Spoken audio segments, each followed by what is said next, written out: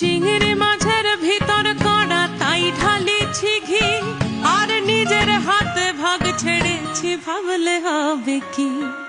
চিংড়ি মাছের ভিতর কড়া তাই ঢালিছি ঘি, আর নিজের হাতে ভাগ ছেড়ে